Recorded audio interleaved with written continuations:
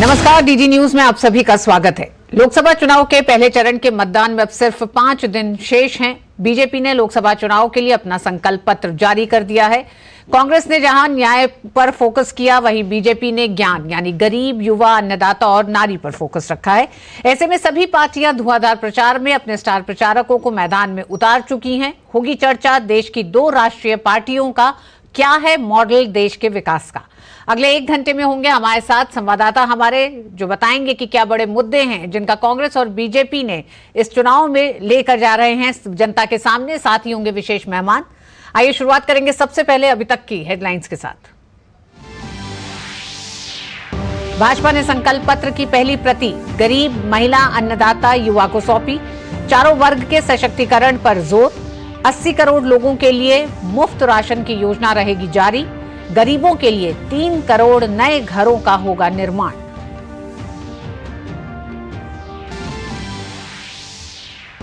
One nation, one election और uniform civil code पर भाजपा ने जताया संकल्प। 2047 तक विकसित भारत का रखा रोड मैप। इंडस्ट्री 4.0 से लेकर स्टार्टअप, इंफ्रा क्षेत्र में बढ़ेगा निवेश।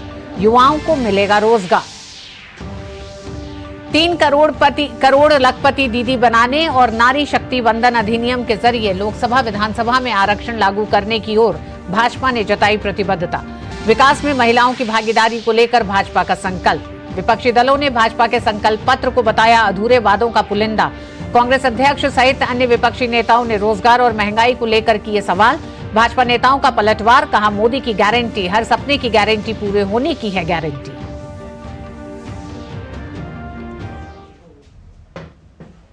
भारतीय जनता पार्टी ने संकल्प पत्र जारी करते वक्त गरीब, युवा, अन्नदाता और महिला को पहली प्रति देकर यह जता दिया कि पार्टी का इरादा क्या है, वो किस तरह से मतदाताओं के बीच जा रही है। भाजपा के घोषणा पत्र की थीम है भाजपा का संकल्प, मोदी की गारंटी।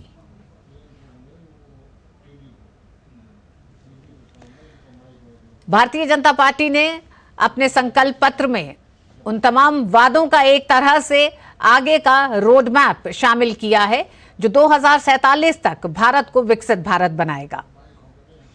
वहीं प्रधानमंत्री नरेंद्र मोदी ने भाजपा के संकल्प पत्र को गारंटी पत्र बताया।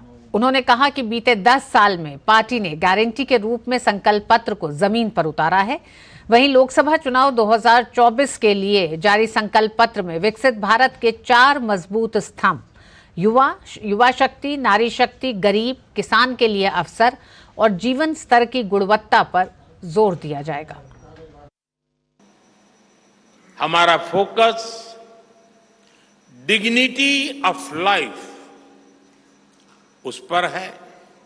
हमारा फोकस क्वालिटी ऑफ लाइफ उस पर है।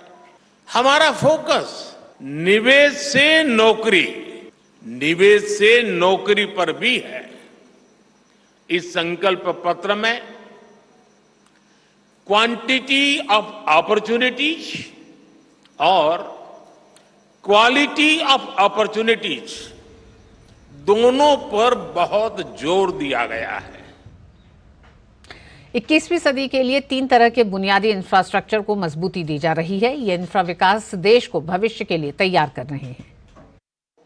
21वीं सदी के भारत की बुनियाद भाजपा 3 तरह के इंफ्रास्ट्रक्चर से मजबूत करने जा रही है।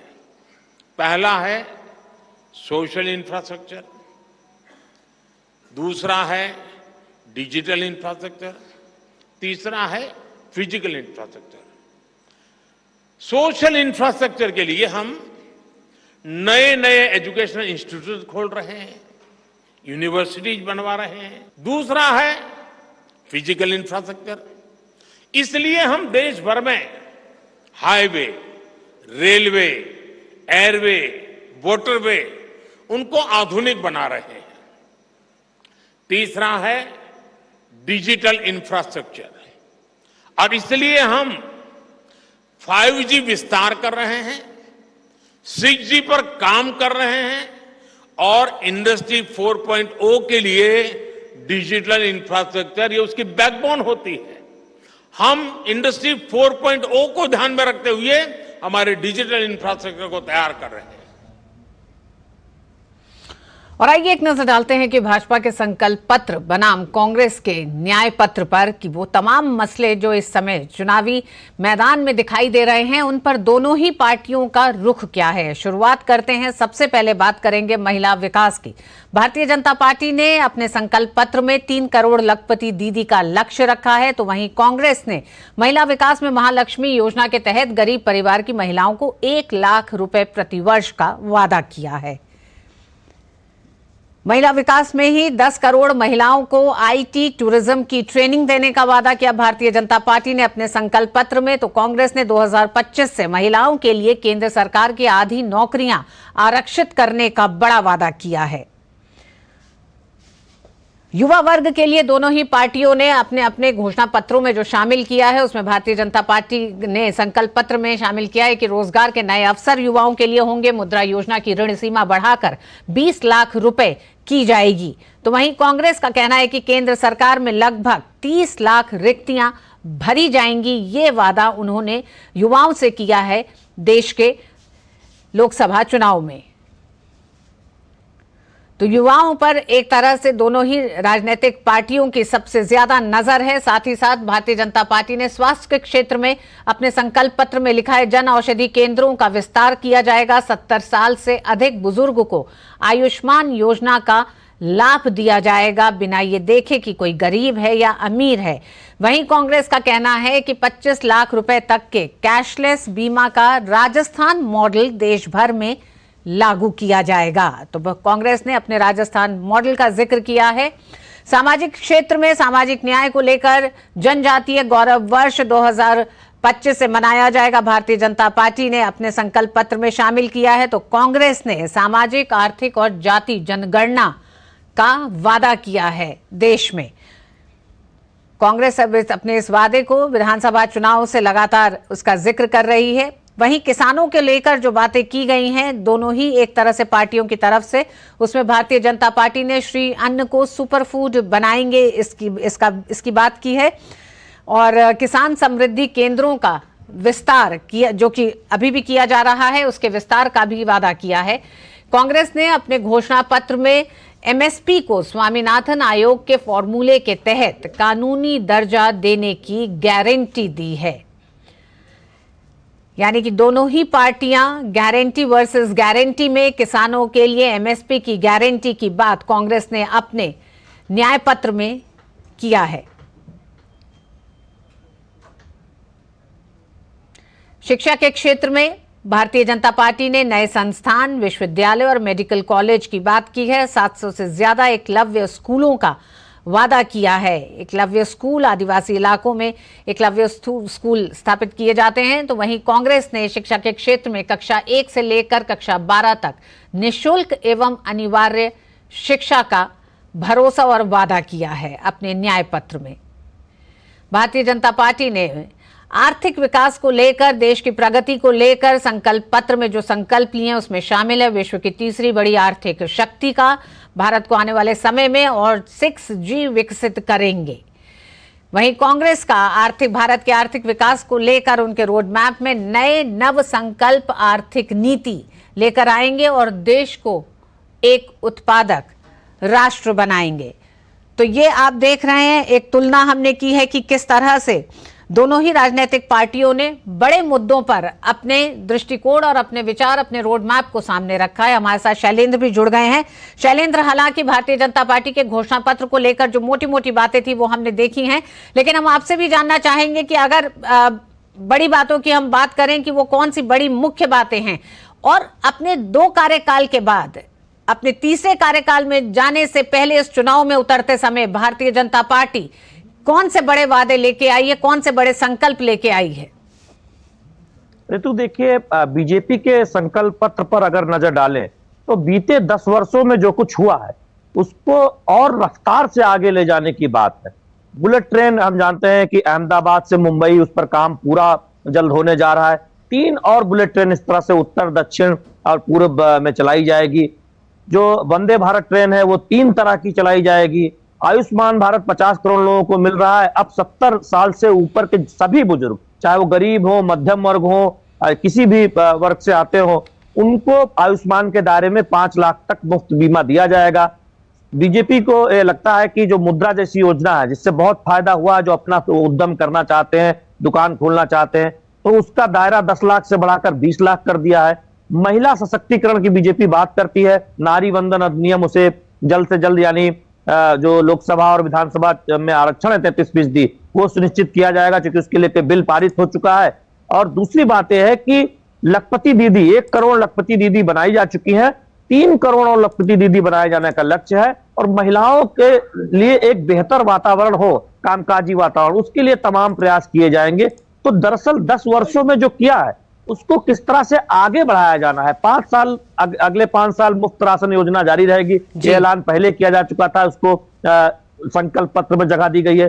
पीएम सूर्य घर योजना, बीजेपी ये चाहती है कि बिजली का जो बिल है वो लोगों का कम हो, तो उसमें उस योजना को और तेजी, 1 करोड़ तक पहले रजिस्ट्रेशन हो चुका है, उसमें और तेजी आएगी। इसमें हम देख रहे हैं कि सोलर पैनल के जरिए कमाई भी होगी, तो कैसे लोगों का बिजली के बिल से राहत हो। तो 10 वर्षों में जो काम किया गया है, चाहे वो आवास योजना हो या फिर तमाम योजना हो, उसके विस्तार के तौर पर हम देख रहे हैं इस संकल्प पत्र को, जो 2047 तक पीएम मोदी का जो एक विजन है उसका एक बड़ा खाका सामने रखती है। और आखिरी बात जो मैं कहना चाहूंगा, फिजिकल और सोशल इंफ्रास्ट्रक्चर, उस पर बहुत ध्यान दिया गया है। जी शैलेंद्र, आप हमारे साथ शैलेंद्र बने रहिएगा और इस चर्चा को आगे बढ़ाएं। उससे पहले बताएं कि भारतीय जनता पार्टी के संकल्प पत्र पर कांग्रेस ने प्रतिक्रिया दी है। कांग्रेस के राष्ट्रीय अध्यक्ष मल्लिकार्जुन खड़गे ने कहा है कि बीजेपी ने अपने कार्यकाल में ऐसा कोई भी काम नहीं किया है जिससे देश की जनता को, युवाओं को या किसानों को कोई भी लाभ हुआ हो। अपने कार्यकाल में उन्होंने ऐसा कोई बड़ा काम नहीं किया जो सारे देश के जनता को, युवाओं को, किसानों को उससे लाभ हो। अब युवा तो नौकरी के लिए तड़प रहे हैं, रास्ते पे आए हैं और इन्फ्लेशन इतना बड़ा है, सभी दाम खाने पीने के और सभी चीजें आकाश को पहुंचे हैं, उसकी उनको फिक्र नहीं है। तो कांग्रेस ने लगातार एक तरह से ये कहा है कि भारतीय जनता पार्टी की जो सरकार रही है 10 साल में, उसने अभी तक कोई भी ऐसा काम नहीं करा है जो युवाओं, महिलाओं को एक तरह से एक बेहतर भविष्य देता हो। हमारे साथ कुमार आलोक भी जुड़े हुए हैं। कुमार आलोक, कांग्रेस की प्रतिक्रिया सामने आई है, लेकिन अगर बड़े मुद्दों की हम बात करें, अब देखना ज्यादा जरूरी हो जाता है कि किस तरह से उन बड़े मुद्दे पर भारतीय जनता पार्टी ने अपने संकल्प पत्र में क्या उन मुद्दों को जगह दी है, और अगर जगह दी है तो क्या वो कांग्रेस के जो न्याय पत्र थे उसमें जो सवाल उठाए गए हैं भारतीय जनता पार्टी और 10 साल के एनडीए के कार्यकाल पर, क्या उसका जवाब दिखता है भारतीय जनता पार्टी की घोषणा पत्र में, और किस तरह से कांग्रेस के घोषणा पत्र में, न्याय पत्र में वो अलग दिखाई दे रहे हैं? रितु जी, सबसे पहले मैं ये कहूँगा कि घोषणा पत्र जो होता था, या हम लोग बचपन से, अगर हम जब से होश संभाले हम लोग, तो हम लोग देखते हैं कि जो भी पॉलिटिकल पार्टीज अपनी घोषणा पत्र जारी करते हैं तो बहुत सारी चीज़ों का वो उल्लेख करते हैं, लेकिन उसमें 80% वादे पूरे नहीं हो पाते हैं। लेकिन अगर हम भारतीय जनता पार्टी की बात करें, अगर आप 1984 में 2 सीट था उनका, लेकिन अपने घोषणा पत्र में बराबर वो जिक्र करते थे कि धारा 370 हम हटाएंगे अगर हम सत्ता में आएंगे, और दूसरा चीज़ है कि राम मंदिर हम बनाएंगे जब हम सत्ता में आएंगे। ओपोजिशन हमेशा उनसे प्रश्न करता था कि मंदिर वही बनाएंगे लेकिन तारीख नहीं बताएंगे। लेकिन ये दोनों चीज़ें पूरी हुई नरेंद्र मोदी के शासनकाल में 2014 के बाद से। अगर आप देखें कि राम मंदिर का भी निर्माण हुआ, और उसके अलावा धारा 370 को भी हटाया गया, जो लोगों की एक अपेक्षा थी। तो घोषणा पत्र में जिक्र करना और उसको इम्प्लीमेंट करना अपने आप में बहुत बड़ा अपने आप में बहुत बड़ा चैलेंज है। अगर हम आज के संकल्प पत्र की बात करें भारतीय जनता पार्टी के, तो उन्होंने उन योजनाओं को, जो योजनाएं ऐसी हैं कि जो सीधा ज़मीन से जुड़ी हुई हैं, अगर हम 5 किलो अनाज की बात अगर करते हैं, 80 करोड़ जनता को दिया जा रहा है 5 किलो अनाज, और मुफ्त में, वो ही मुफ्त में। ये भी जो आप क्राइटेरिया जो देख रही हैं, ये लेफ्ट पार्टीज का था। कि जन वितरण प्रणाली को मजबूत करो, और जन वितरण प्रणाली को आप मजबूत नहीं कर रहे। लेकिन प्रधानमंत्री मोदी और भारतीय जनता पार्टी ने एक ऐसा चीज़ किया कि लेफ्ट से ये मुद्दा हट गया, मुद्दा ही छिन गया उनसे, क्योंकि वो 5 किलो अनाज उनको आराम से मिल रहा है और वो भी मुफ्त में मिल रहा है।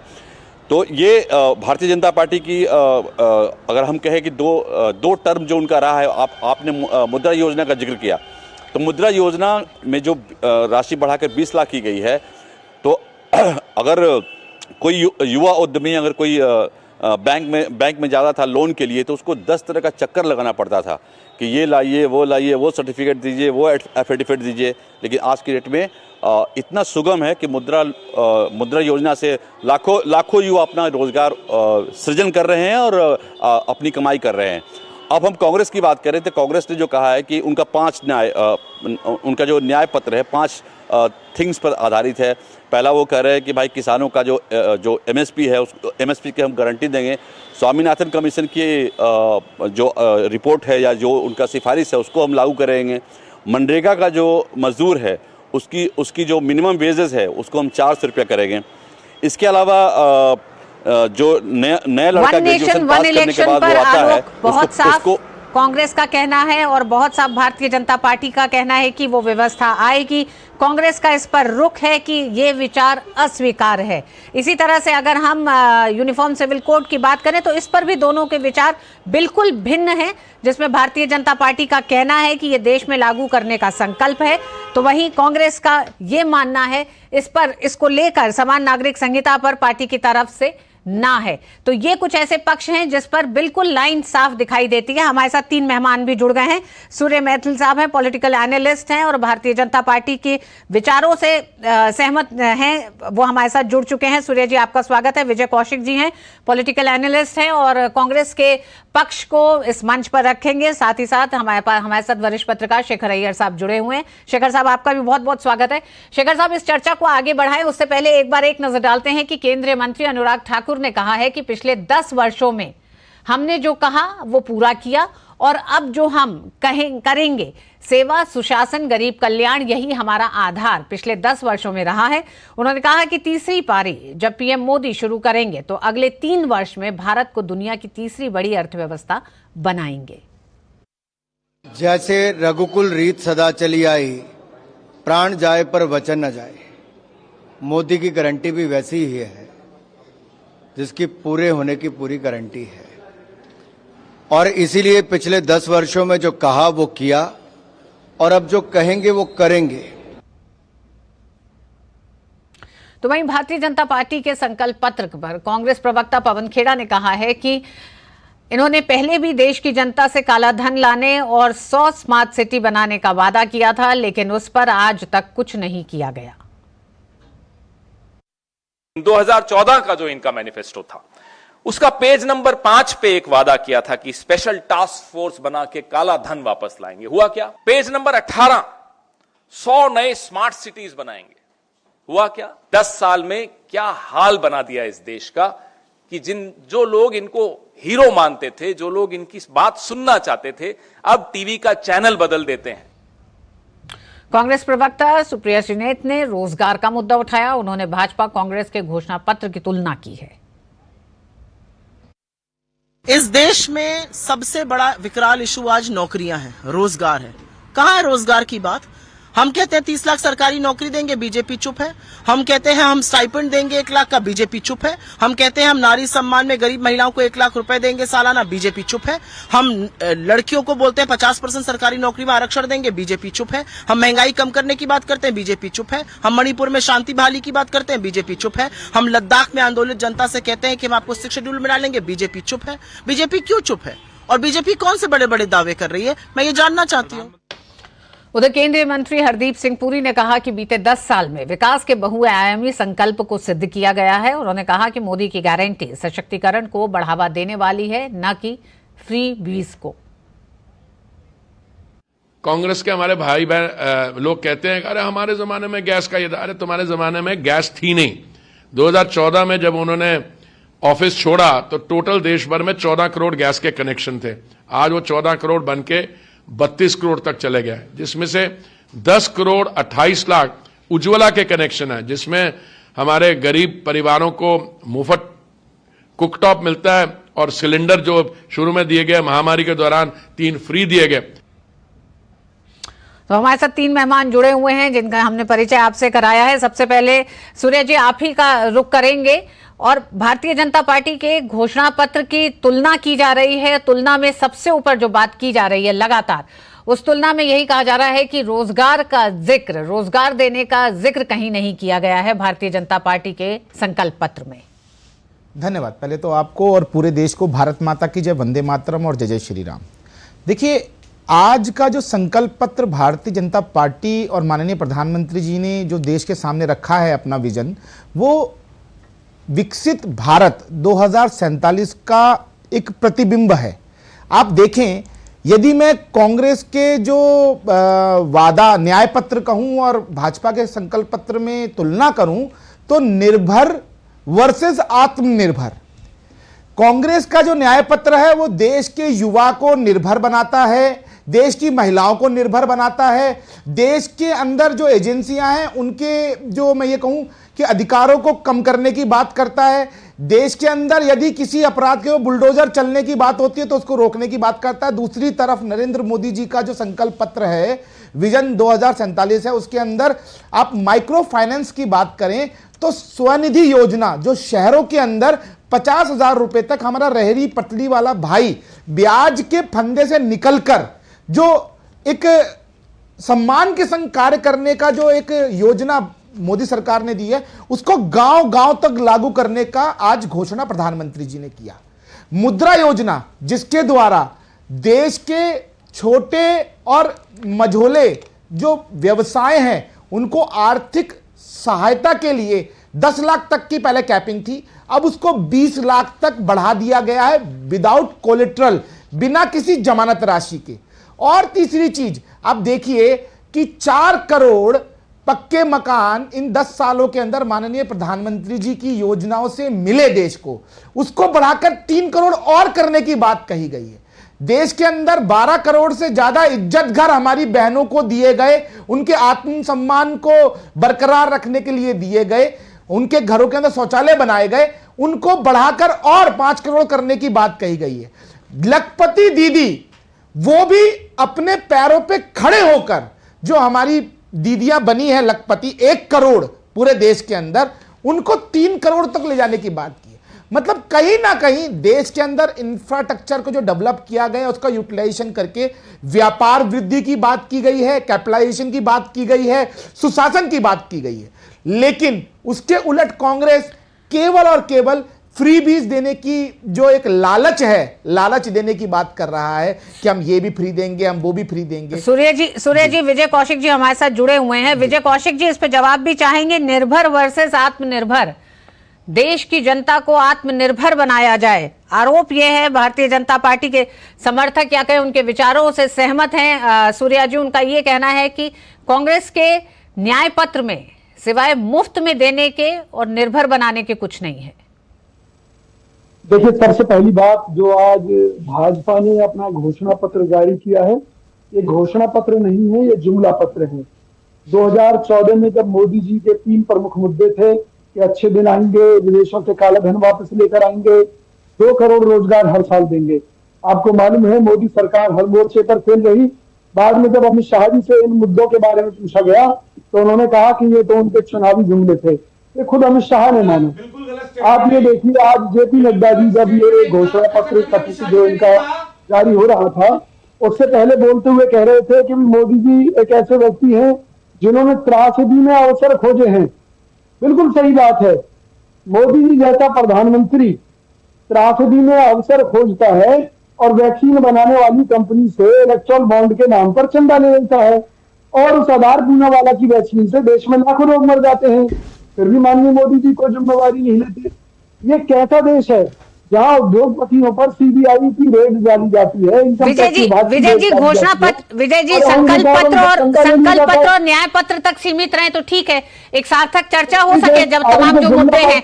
जब आप पत्र के बारे में जान लीजिए। हाँ, तो आप जिन बातों को रख रहे हैं, हमें बेहतर होगा कि जनता इस समय जो न्याय पत्र घोषणा पत्र आया है ना, तो तमाम जो ऐसे मसले हैं जो देश के सामने हैं, जिन चुनौतियों को ये राजनीतिक पार्टियां गिना रही हैं, उस पे आपका रोड मैप क्या है, क्या मॉडल है आपका, वो सामने आ सके। विजय जी, आपको जवाब दूंगी। आपने एक आरोप लगाया था जिसपे सूर्या जी क्लैरिफिकेशन देना चाहते हैं, उसको ले लें, फिर आपके पास आ रही हूँ। जी सूर्या जी। देखिए, अभी यहां पर बैठकर राष्ट्रीय चैनल है, गांव गांव घर घर तक देखा जाता है डीडी न्यूज, वहां बैठकर झूठ बोला जा रहा है कि ये जुमला था। मैं आपको बता देना चाहता हूं, ये कह रहे हैं ना कि केवल जुमला पत्र है। सुन लीजिए आप विजय भाई, सुनिए, मैं आपका सम्मान करता हूं।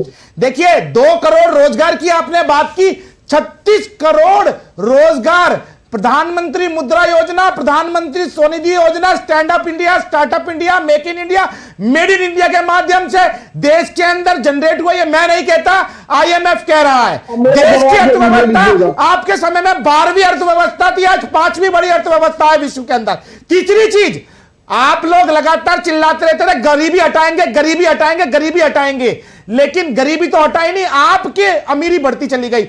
आज ये मैं नहीं कह रहा, नीति आयोग का डेटा है, 25 करोड़ भारतवासी गरीबी रेखा से बाहर निकले हैं। और एक और डेटा, विदेशी डेटा पे बहुत विश्वास करते हैं, IMF का डेटा है कि भारत के अंदर अति गरीबी जिसे कहते हैं, अति गरीबी जो कि खाने के भी लाले हो, वो मात्र 0.7% आज की डेट में है। तो ये नरेंद्र मोदी ने किया है देश के लिए। नरेंद्र मोदी जी देश के नागरिकों को आपके जो फ्री बीज पे निर्भर नहीं, आत्मनिर्भर बनाना चाहते हैं कि आप खुद कमाइए और टैक्स भरिए और देश की अर्थव्यवस्था में योगदान दीजिए। ठीक सूर्या जी, मेरा निवेदन है कि पहले पढ़िए और फिर जवाब दीजिए। ठीक सूर्या जी। शेखर अय्यर साहब, दोनों ही पार्टियों के एक तरह से घोषणा पत्र अब सामने हैं, जिन्हें संकल्प पत्र और न्याय पत्र कहा जा रहा है। हालांकि ये माना जाए कि पिछले कुछ सालों में कुछ चीजें बड़े तौर पर या मोटे तौर पर बदली हैं, जिसमें पार्टियों ने वादा कहना छोड़ दिया है।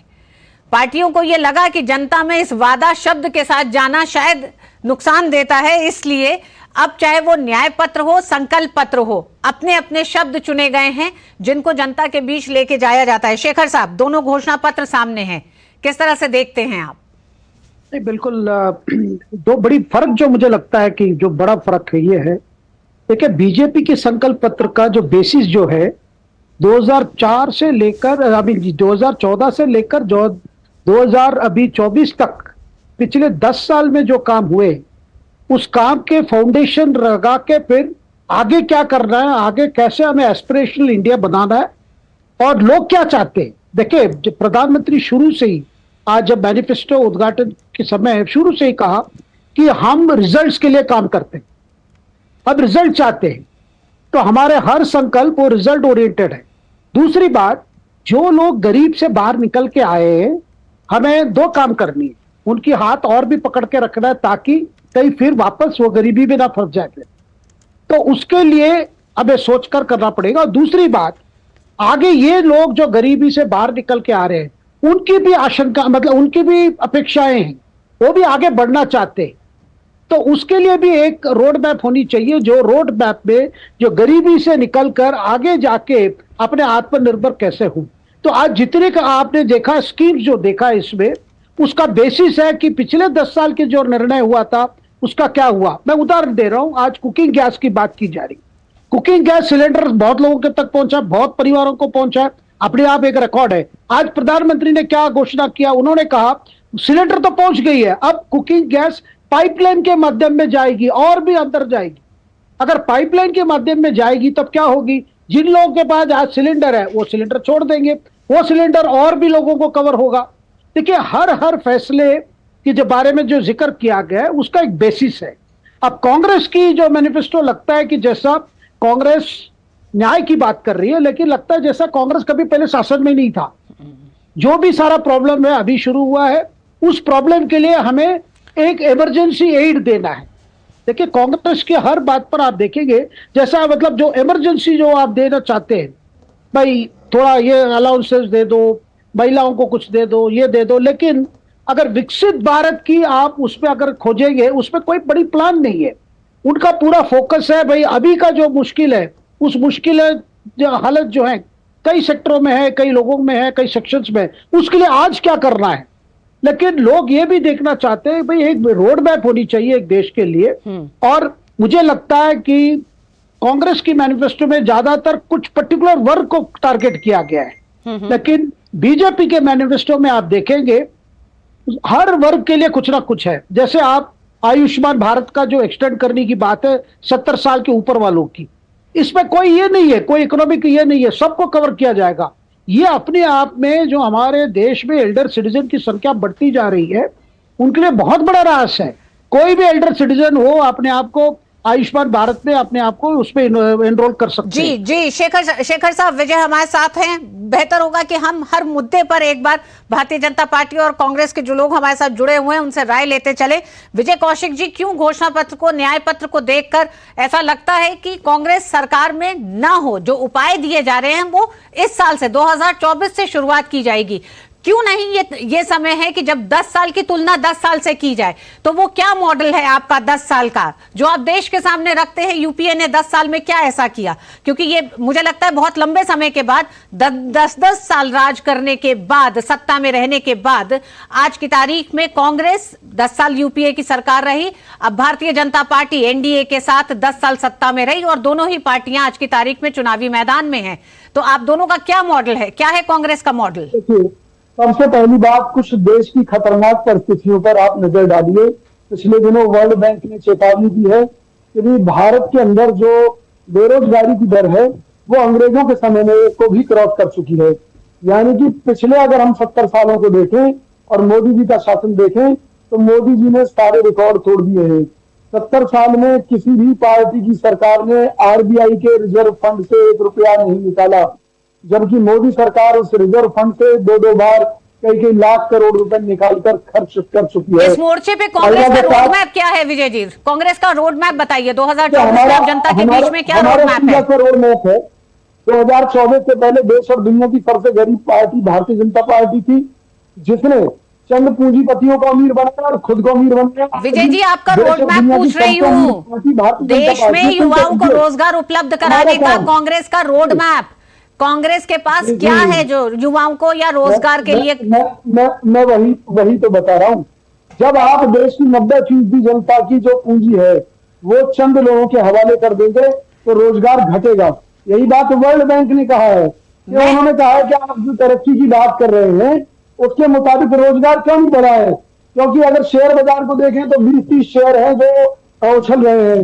इसके अलावा विजय जी, फिर आप बात का जवाब नहीं दे रहा है। मैं आपसे ये कह रही हूँ, बात का जवाब दे रहा हूँ ना। कांग्रेस के घोषणा पत्र में, न्याय पत्र में वो क्या तमाम ऐसे मौके हैं जो रोजगार उपलब्ध कराने जा रहे हैं, वो क्या है बताइए? हम इस गिरोहबंदी को खत्म कर देंगे और निचले स्तर पर युवाओं को मौका देने के लिए, चाहे वो ग्रामीण स्तर की बात हो, कितने उद्योगों को लगा रहे हैं, वो कौन सी योजना है, किस तरह से आप रोजगार देंगे, मैं इसकी बात कर रही हूँ आपसे। हमारी बिल्कुल, मैं वही तो बता रहा हूँ आपको। क्या नीति है आपकी? ग्रामीण स्तर पर और शहरी स्तर पर हमारी अलग अलग योजनाएं हैं। जहां पहले से ही हमारे औद्योगिक क्षेत्र बसे हुए हैं, जहां से पलायन हो चुके हैं या बंद हो चुके हैं, उद्योगपतियों के साथ बैठक करके पुराने उद्योगों को दोबारा से शुरू करना, नए उद्योगों को लगाने के लिए उन्हें प्रोत्साहित करना, ये हमारा सबसे पहला फंडा शहरी क्षेत्र को लेकर होगा। ग्रामीण क्षेत्र में जो आर्थिक संसाधन है, जो कृषि 10 साल में कितने रोजगार उपलब्ध कराए गए थे, क्या इसका आंकड़ा लेके बैठे हैं आप विजय जी, अगर हम तुलना करने की बात करें तो? मैं एक बड़ी सीधी सी बात कह रहा हूँ कि मोदी राज में 2 करोड़ रोजगार ऑन रिकॉर्ड हर साल छीने गए। खुद बीजेपी मानती है कि सूर्या जी बहुत संक्षेप में चाहेंगे, हालांकि हमने इस चर्चा की शुरुआत की थी तो रोजगार के मसले से ही की थी। फिर मैं चाहूंगी कि 4 लाइन में आप ये बता दें कि मोदी सरकार ने 10 साल में कितने रोजगार उपलब्ध कराए हैं और 24 के बाद का क्या उनका रोड मैप है, बहुत जल्दी से, क्योंकि फिर दूसरे विषय पे हम आएंगे। धन्यवाद। देखिए, अभी यहां बैठकर केवल झूठ का फैक्ट्री से जो प्रोडक्ट निकल के आता है ना, कांग्रेस प्रवक्ता और कांग्रेस नेता, वही स्थिति आज विजय कौशिक जी की है। ये कह रहे हैं आजादी के बाद से सबसे ज्यादा बेरोजगारी दर आज भारत में। अरे भैया, आपके समय में अर्थव्यवस्था 12वें नंबर पे थी, आज भारत की अर्थव्यवस्था 5वें नंबर पे। हम नहीं कहते हैं, आईएमएफ कहता है, वर्ल्ड बैंक कहता है। दूसरी चीज, इन्होंने रोजगार के आंकड़ों की बात की, तो मैं चाहता हूं कि देश को पता चले कि रोजगार के आंकड़े जो है आज देश में स्थिति क्या है। देखिए, भारत के अंदर जो एक थिंक टैंक है, centre for monitoring Indian economy, उन्होंने आंकड़े जारी किए हैं कि 2024 के अंदर जनवरी में जो बेरोजगारी दर देश के अंदर है वो 5.4% है। पूरा देश गूगल कर सकता है, उनको जानकारी मिल जाएगी। और इसी की बनस्पत यदि यही जो centre for monitoring Indian economy ने 2014 में जो आंकड़े जारी किए थे, उस समय में ये आंकड़े थे 13%, 13.75% से ज्यादा के आंकड़े थे उस समय में। और दूसरी बात ये यहां पर बैठकर बहुत ज्ञान दे रहे हैं कि हम पुराने जो इंडस्ट्रियल कॉरिडोर से उनको बढ़ाएंगे, हम ये करेंगे, हम वो करेंगे। आपके यूपीए 1 और यूपीए 2 में क्या स्थिति थी? देश का एक सुई भी चीन से बन के आती थी। आपने देश के उद्योगों के ऊपर ऐसी मार मारी थी कि देश के उद्योगों की कमर टूट गई थी। मोदी जी के आने के बाद make in India, made in India, stand up India, startup India के माध्यम से देश के अंदर उद्योगों की एक नई क्रांति हुई। देश के अंदर यूनिकॉर्न्स बनाए गए, स्टार्टअप 1.25 लाख से ज्यादा क्रॉस कर गए हैं। हमारे देश के यूनिकॉर्न्स आज 115 से ज्यादा, 115 से 120 के बीच में है। और एक यूनिकॉर्न की वैल्थ होती है 5,000 करोड़ रुपया। ऐसे ही नहीं, आज देश की अर्थव्यवस्था जो है वो 5वीं बड़ी अर्थव्यवस्था बन गई है। आप ना किसानों के ऊपर बात कर रहे हैं, आप ना महिलाओं पे बात कर रहे हैं, आप बात कर रहे हैं कि हम जो बुलडोजर कार्रवाई है उसको रोकेंगे। आप बात कर रहे हैं कि हम एजेंसियों के अधिकारों को कम करेंगे ताकि वो भ्रष्टाचार पर जो चोट कर रहे हैं उस चोट को रोक सके। मतलब आप भ्रष्टाचारियों को बचाने की बात करते हैं। सूर्या जी, दो बड़ी बातें जो कांग्रेस ने बहुत साफ रखी हैं। कांग्रेस का कहना है कि एमएसपी को स्वामीनाथन आयोग के फॉर्मूले के तहत कानूनी दर्जा देने की गारंटी की बात कांग्रेस ने की है। भारतीय जनता पार्टी ने अपने संकल्प पत्र में जहां एक तरफ किसान समृद्धि केंद्रों के विस्तार की चर्चा की है, लेकिन एमएसपी को लेकर कोई स्पष्ट बात नहीं कही है, जिसको लेकर सवाल उठ रहे हैं। क्या कहेंगे? देखिए, सबसे पहली चीज, स्वामीनाथन आयोग की रिपोर्ट किसके सरकार के समय में आई थी? कांग्रेस सरकार के समय में आई थी, यूपीए 2 में। और उसके बाद 2008 की बात है। और उसके बाद इन्होंने 6 साल तक उसको अपने ठंडे बस्ते में डाल के रखा। आज ये कह रहे हैं कि हम स्वामीनाथन आयोग की जो सिफारिशों को लागू करेंगे। ऑलरेडी मोदी सरकार ने उन सिफारिशों को लगभग 75% लागू कर दिया है। ये मैं नहीं कह रहा, स्वामीनाथन जी खुद बोल रहे हैं, जिनको भारत रत्न दिया गया है। और एक महत्वपूर्ण बात मैं बताना चाहता हूं, रिपोर्ट की क्या रिकमेंडेशंस थी? एक, किसानों को जो खाद यूरिया है वो सस्ते रेट पे मिलना चाहिए। नैनो यूरिया आज के डेट में किसानों को सुलभ है। इनके राज्य में मुझे वो बैतूल का, मध्य प्रदेश का वो कांड याद आ रहा है, जब इन्होंने किसानों पे गोली चलवाई थी दिग्विजय सिंह जी के राज्य में, जब किसान वहां पर खाद और बीज मांग रहे थे। दूसरी चीज ये बात कर रहे हैं, किसानों को ई-नैम मंडियां किसने दी? नरेंद्र मोदी सरकार ने दी। किसान को सम्मान निधि किसने दी? नरेंद्र मोदी सरकार ने दी। किसानों को फसल बीमा योजना का जो व्यवस्था है उसको सुलभ और जो सुचारू रूप से लागू किसने किया? नरेंद्र मोदी सरकार ने किया। और जो मैं आपको बताना चाहता हूं कि आंकड़ों की यदि बात करें, 2004 से 2014 के अगर हम एमएसपी के रेट उठा लेंगे और 2014 से 2024 के एमएसपी के रेट उठा लेंगे तो तब से अब तक दुगना एमएसपी रेट हो चुका है। शेखर साहब, क्या ऐसा लगता है कि एमएसपी को भारतीय जनता पार्टी ने छूने से थोड़ा कतराई है या उस दिशा में काम करती रही है? किस तरह से आप देखते हैं? देखिए, एक बात है तो एमएसपी लगातार पिछले 10 साल बढ़ता है। मतलब एमएसपी कभी कम नहीं हुआ, हर साल बढ़ता है। दूसरी बात, क्या एमएसपी को लीगल दर्जा देना है, इसको लेकर सरकार में भी, बाकी जो एग्रीकल्चर एक्सपर्ट्स हैं, जो एग्रो इकोनॉमिस्ट हैं, उनमें भी ये है। क्योंकि मार्केट को आप अगर ज्यादा मैनिपुलेट कर देंगे एक फिक्स्ड प्राइस रख के, तो बाद में जाके किसानों को लॉन्ग टर्म अफेक्ट करेगा। क्योंकि मार्केट डिसाइड करता है कि भाई रेट क्या चलता है। लेकिन सरकार लगातार कहे आ रही है भाई जितना उत्पादन होगा सरकार खरीदेगी, क्योंकि लगातार सरकार खरीदती आ रही है और एमएसपी बढ़ती जा रही है।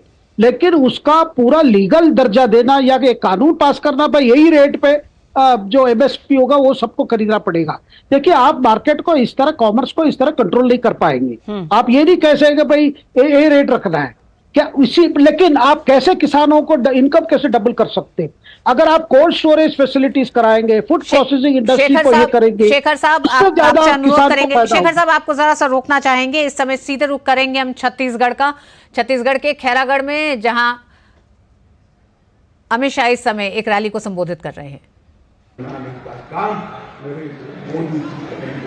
भाई और बहनों, मोदी जी ने देश को समृद्ध किया, मोदी जी ने देश को सुरक्षित किया।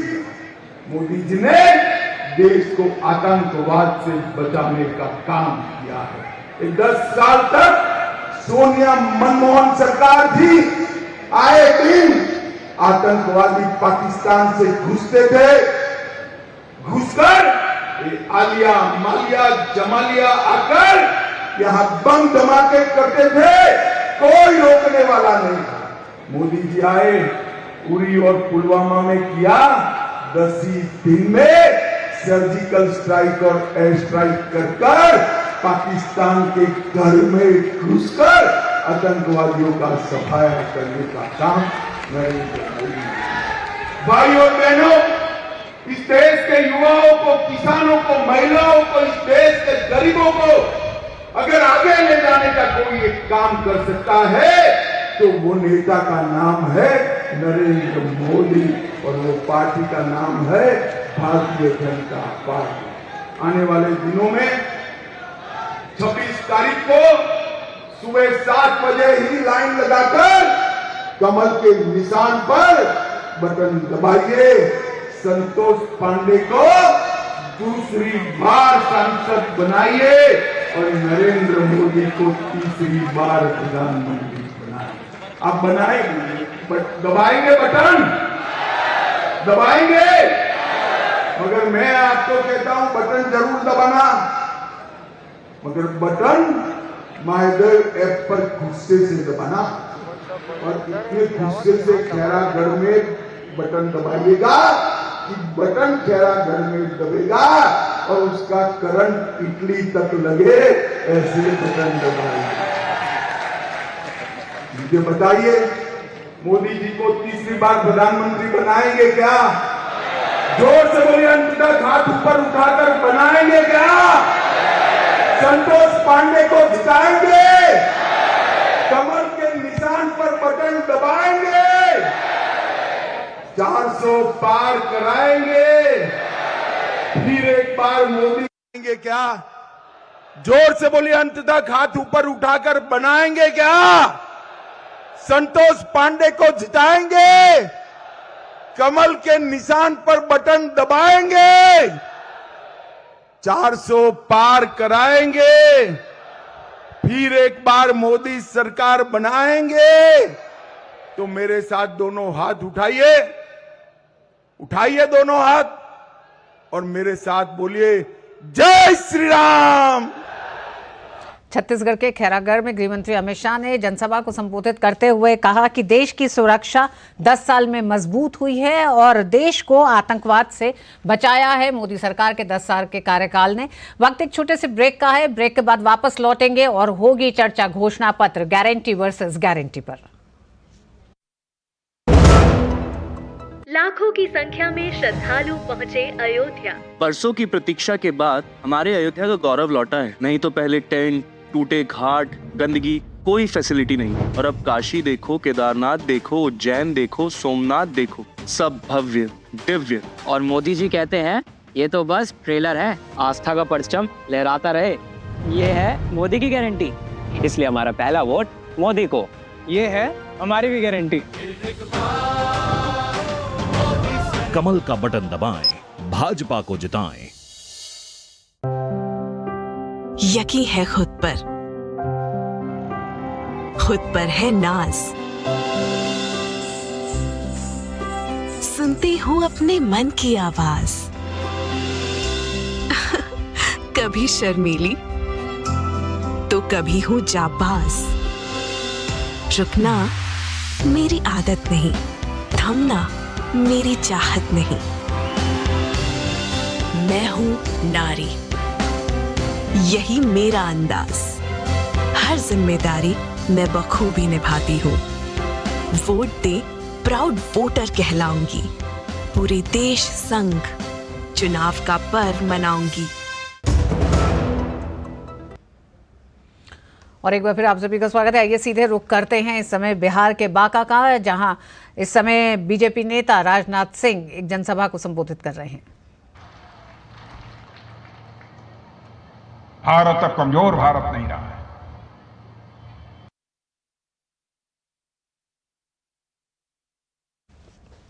रक्षा मंत्री राजनाथ सिंह ने अपनी जनसभा को संबोधित करते हुए कहा है कि भारत अब कमजोर भारत नहीं रहा है।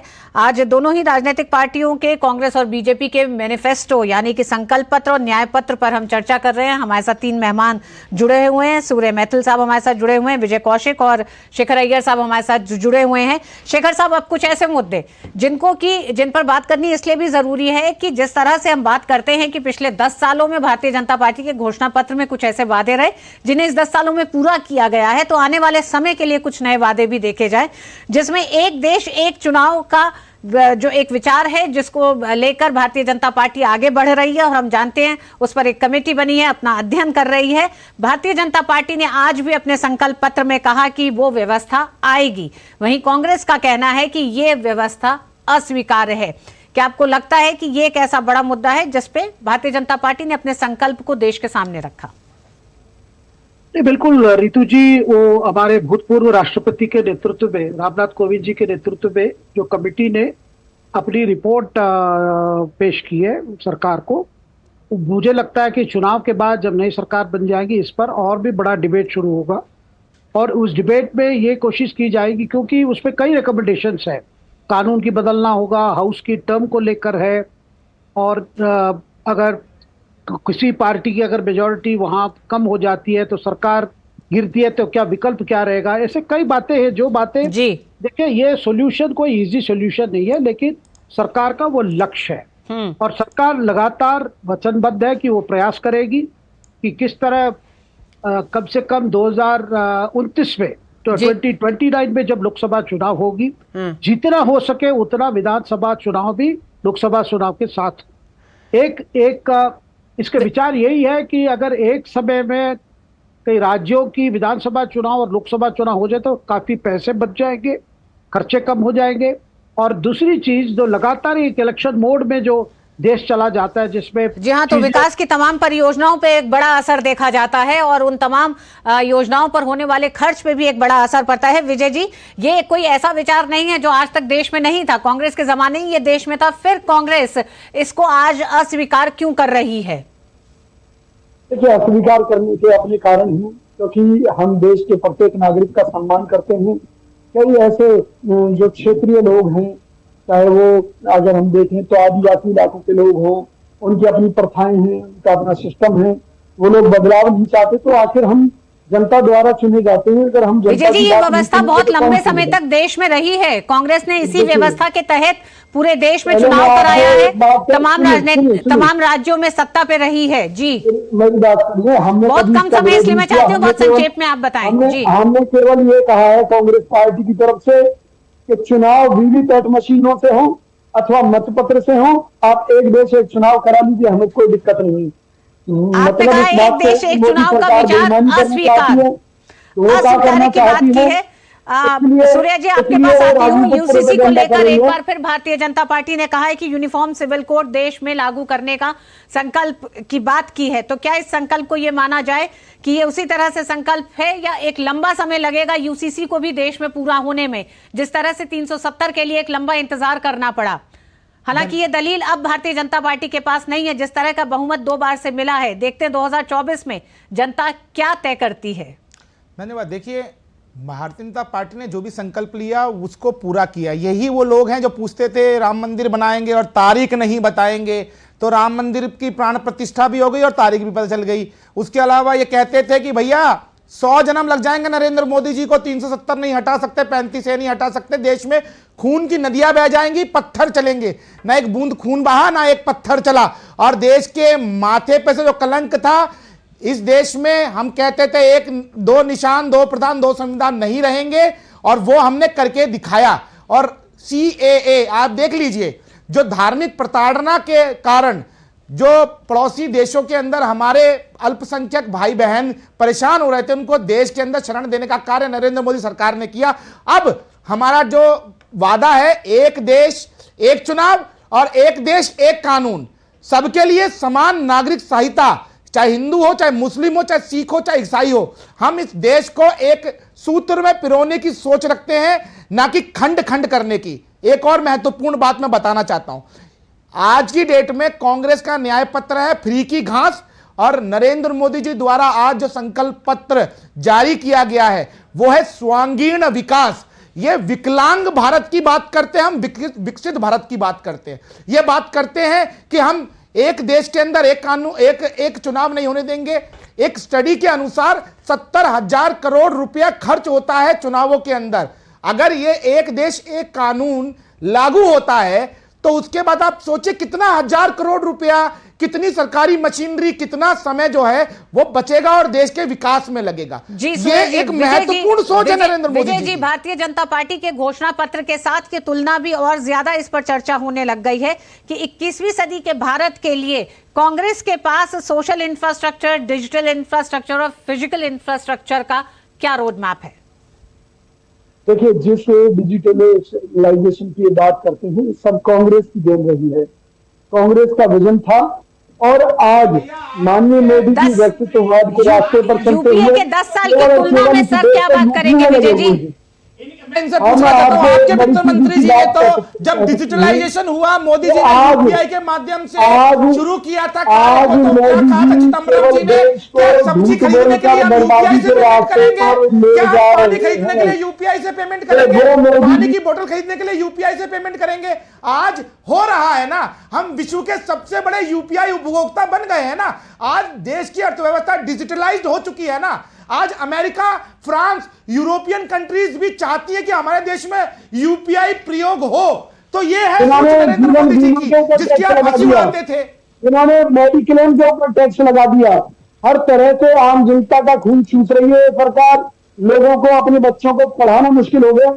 सरकारी स्कूल बंद होते जा रहे हैं, सरकारी सिस्टम चौपट होते जा रहे हैं। आंकड़ा दीजिए कितने सरकारी स्कूल बंद हुए, आंकड़ा दीजिए आप मुझे जरा बताइए। और आपको जानकारी दे दूं, शिक्षा, स्वास्थ्य राज्य का विषय होता है। किसान, आप जो बात कर रहे हैं स्वामीनाथन की, आपके कितने राज्यों के अंदर आपने स्वामीनाथन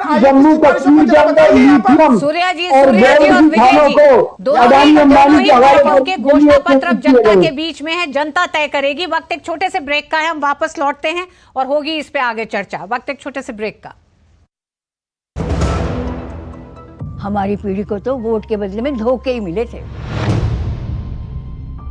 और हमारी पीढ़ी को बस गरीबी हटाओ के नारे। पानी ढोती थी, इज्जत दाव पर लगाकर अंधेरे में शौच को जाती थी, धुएं में आंखें जलाती थी।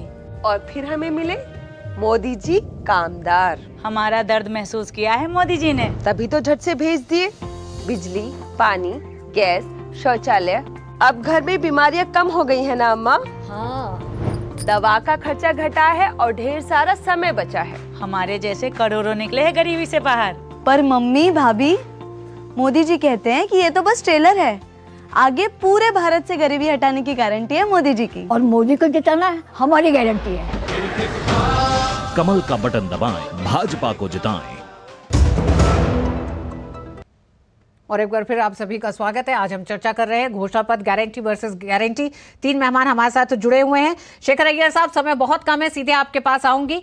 एक संकल्प लिया यूसीसी का, उसको आप किस तरह से देखते हैं? भारतीय जनता पार्टी ने बहुत साफ कर दिया है, हालांकि कुछ राज्य इसमें कमेटी बनाकर आगे इस पर बढ़ भी चुके हैं, लेकिन भारतीय जनता पार्टी ने कहा है कि यूसीसी देश में लागू होगा ही।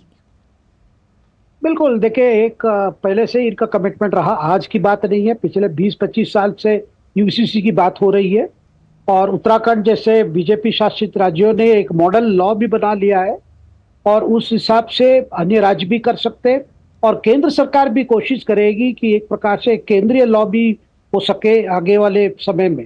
देखिए, एक चीज नोट कीजिए, इस बार जो बीजेपी के संकल्प पत्र को बड़ा सीरियसली लेना पड़ता है, क्योंकि 2014 में भी आपने देखा जो वादे किए गए थे वो इम्प्लीमेंट हुए और 19 में भी इम्प्लीमेंट हुए। और सब लोगों को आश्चर्यजनक लगा जब सीएए पास हुआ या जब आपके आर्टिकल 370 हटाया गया, लेकिन वो सारे घोषणा पत्र में थे।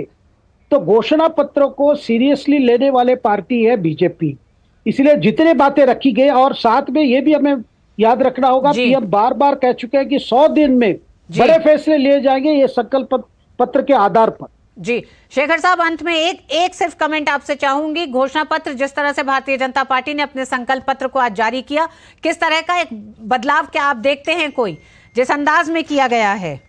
देखिए, ये एक टॉकिंग पॉइंट बन जाएगा इस चुनाव में। हाँ, देखिए, बाकी तो कैंपेन में प्रधानमंत्री भी अपने बातें रखे, अन्य नेता भी रखे, और मुझे लगता है कि कांग्रेस मैनिफेस्टो जिस तरह उसको पेश किया था उसके बाद कोई बड़ी चर्चा नहीं हुई। लेकिन मैं मानता हूं कि बीजेपी के जो संकल्प पत्र में कई जो पॉइंट्स हैं जिसको लेकर मुझे लगता है कि ज्यादा डिबेट होगा, इसकी आलोचना तो करेंगे कांग्रेस और विपक्ष, लेकिन साथ में एक विजन है इसमें, तो आगे विकसित भारत कैसी होगी, वो रास्ता क्या है, वो इस संकल्प पत्र में है।